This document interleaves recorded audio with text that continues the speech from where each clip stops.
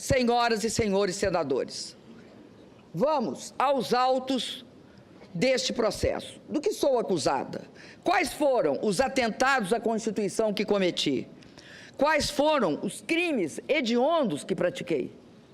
A primeira acusação refere-se à edição de 3 decretos de crédito suplementar sem autorização legislativa. Ao longo de todo o processo, mostramos que a edição desses decretos seguiu todas as regras legais. Respeitamos a previsão contida na Constituição, a meta definida na LDO e as autorizações estabelecidas no artigo 4º da Lei Orçamentária de 2015, aprovadas pelo Congresso Nacional.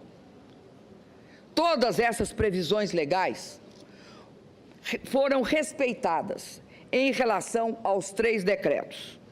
Eles apenas ofereceram alternativas para a alocação dos mesmos limites de empenho e financeiro estabelecidos pelo decreto de contingenciamento, que não foram alterados. Repito, pelos decretos de contingenciamento que não foram alterados. Por isso, não afetaram em nada a meta fiscal.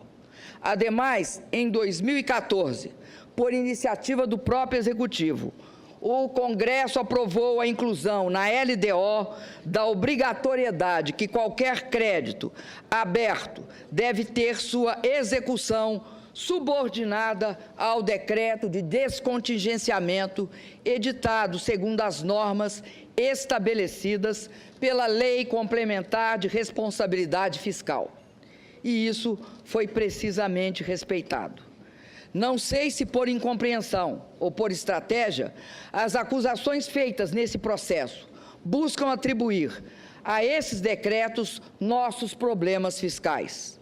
Ignoram ou escondem que os resultados fiscais negativos são consequência da desaceleração econômica e não a sua causa.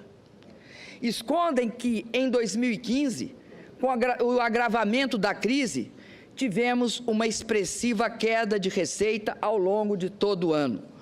Foram 180 bilhões a menos que o previsto na lei orçamentária.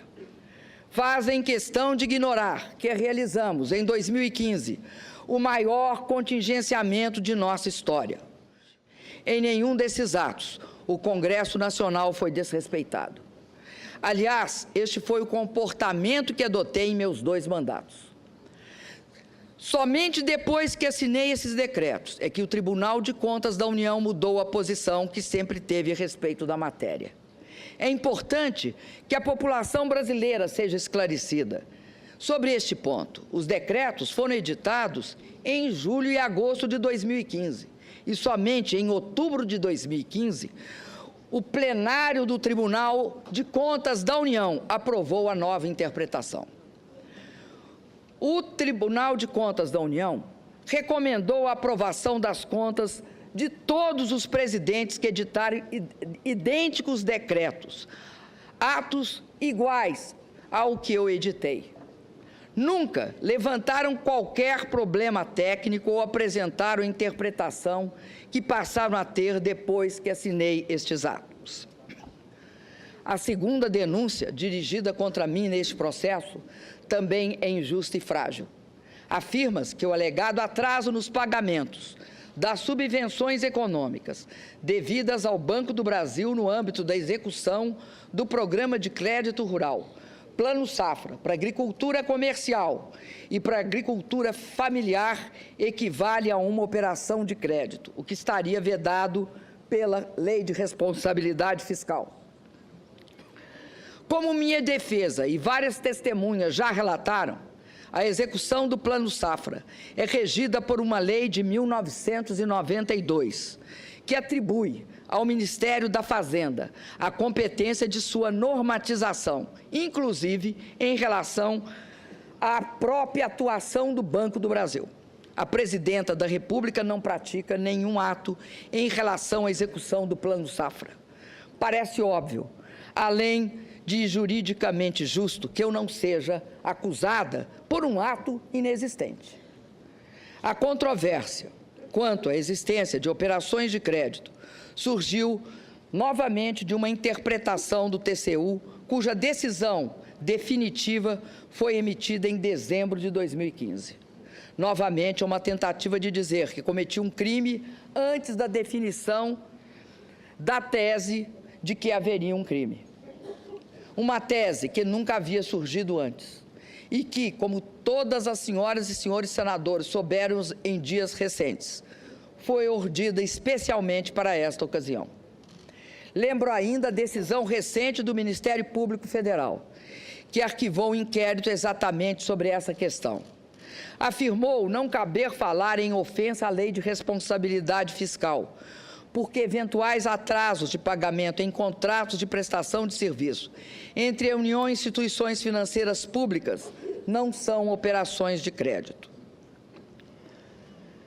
Insisto, senhoras senadoras e senhores senadores, não sou eu, nem tampouco minha defesa, que fazemos estas alegações.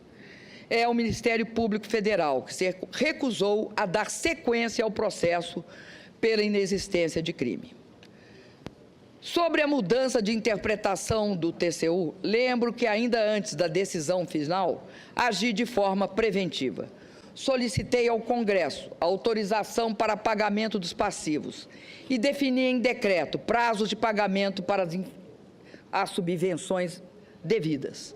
Em dezembro de 2015, após a decisão definitiva do TCU e com autorização do Congresso, saldamos todos os débitos existentes. Não é possível que não se veja aqui também o arbítrio desse processo e a injustiça também desta acusação. Esse processo de impeachment não está praticando a justiça.